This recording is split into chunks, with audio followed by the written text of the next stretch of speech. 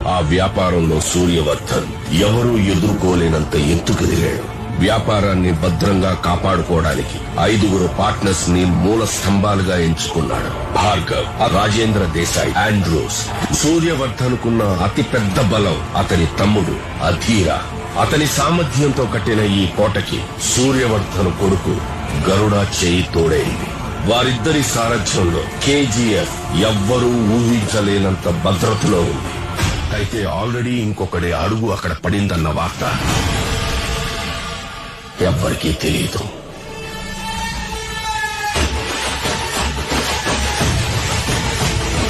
Powerful people come from powerful places.